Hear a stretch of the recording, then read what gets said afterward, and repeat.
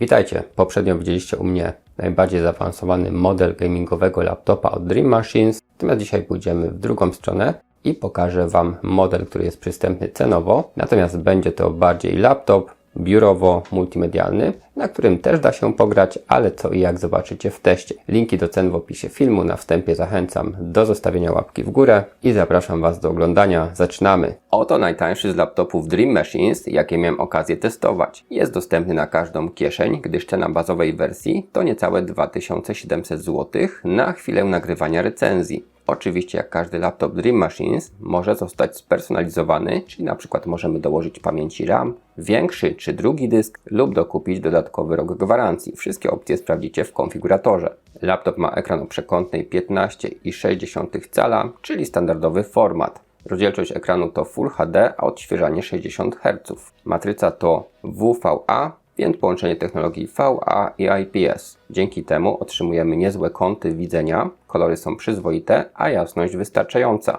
Oczywiście nie jest to samo co w laptopach gamingowych tej marki, jednak do pracy i rozrywki sprawdza się dobrze. Nowoczesna bezramkowa konstrukcja wygląda elegancko i nie zabrakło tutaj kamerki i mikrofonu do wideokonferencji. Z zewnątrz laptop posiada metalową obudowę, a panel umieszczono na solidnym pojedynczym zawiasie. Klawiatura jest podświetlana, co prawda tylko na kolor biały, ale możemy regulować jasność. Klawisze działają miękko i sprężyście, więc korzystanie z klawiatury jest przyjemne. Nie zabrakło sekcji numerycznej i dodatkowych skrótów, m.in. do regulacji jasności wyświetlacza. Touchpad jest duży i używa się go dobrze, jednak zdecydowanie wolę korzystać z myszki. Mamy dostęp do panelu sterowania, dzięki któremu możemy przełączać się pomiędzy trybami i uzyskać pełną wydajność lub dłuższy czas pracy na baterii, który może wynieść nawet ponad 6 godzin. Uzależnione jest to od trybu, jasności ekranu, podświetlenia klawiatury i poziomu obciążenia. Bateria ma 49 Wh, a zasilacz jest dość niewielki i ma moc 45 W. Dźwięk z laptopa brzmi przyzwoicie i da się skorzystać. Jednak tutaj ponownie wolę podłączyć zewnętrzne głośniki czy słuchawki.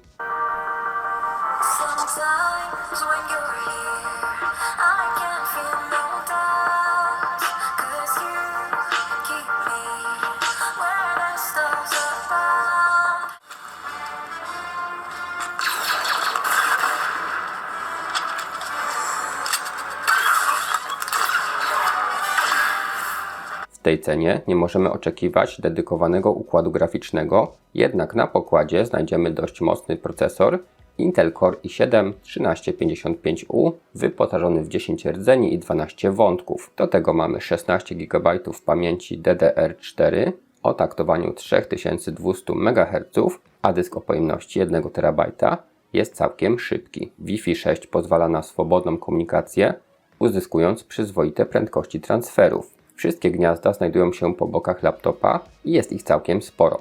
Od lewej znajdziemy gniazdo słuchawkowe typu combo, czytnik kart SD, dwa porty USB, z czego jeden w standardzie 3.0, następnie osobny czytnik kart microSD oraz rozkładane gniazdo LAN o przepustowości 1 gigabita.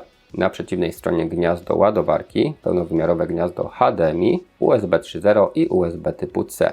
Od spodu widzimy wentylator i sporo otworów wentylacyjnych. System chłodzenia potrafi być słyszalny, ale nie tak głośny jak w laptopach gamingowych. Dzięki mocy chłodzenia temperatura procesora w normalnych warunkach utrzymuje się w bardzo komfortowych przedziałach. Jedynie podczas programowego obciążania procesora na 100% przez dłuższy czas potrafił rozgrzać się nawet do 90 stopni, ale w trybie turbo jednostka ta uzyskuje taktowanie do 5 GHz.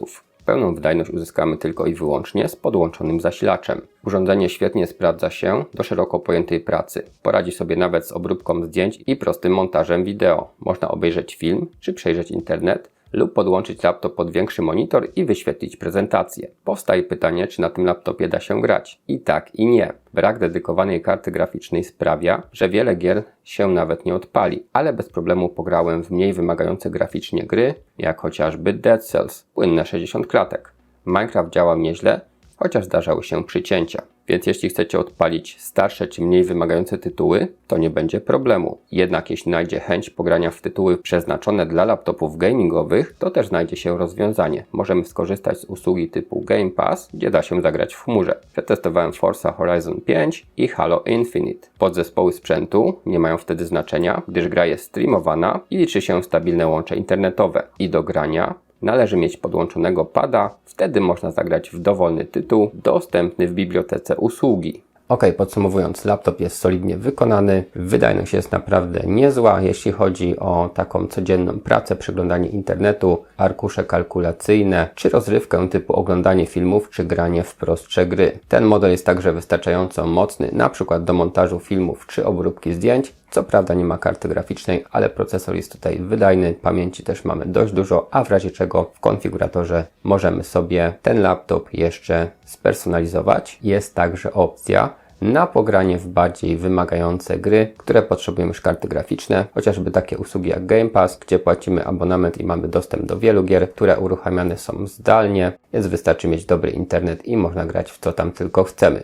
Tak więc ciekawa alternatywa, jeśli budżet nie pozwala typowo na laptopa gamingowego, a lubicie sobie czasem pograć w nowsze, bardziej wymagające tytuły. Pamiętajcie, że ceny tego laptopa oraz konfigurator w opisie filmu. Jeśli film Wam się dobrze oglądało, będę wdzięczny za zostawienie łapki w górę i zachęcam Was do napisania komentarza według Was, jaka cena jest optymalna za laptop. Czy to na przykład są 2000 zł, 5000, 15. Napiszcie, co tam uważacie. Warto film udostępnić i subskrybować kanał, żeby być na bieżąco. I na dzisiaj to wszystko. Dziękuję Wam za uwagę. Trzymajcie się. Zapraszam do sprawdzenia oferty partnerów kanału. Dream Machines, laptopy dla graczy, akcesoria gamingowe i nie tylko, X4 Race, ręczne hamulce do kierownic. Linki do oferty w opisie filmu.